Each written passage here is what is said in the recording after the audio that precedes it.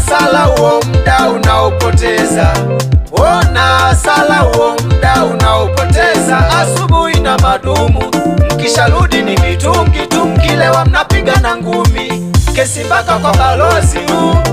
Kwa Yesu hayo mambo hayapo, kwa Yesu huku ni amani.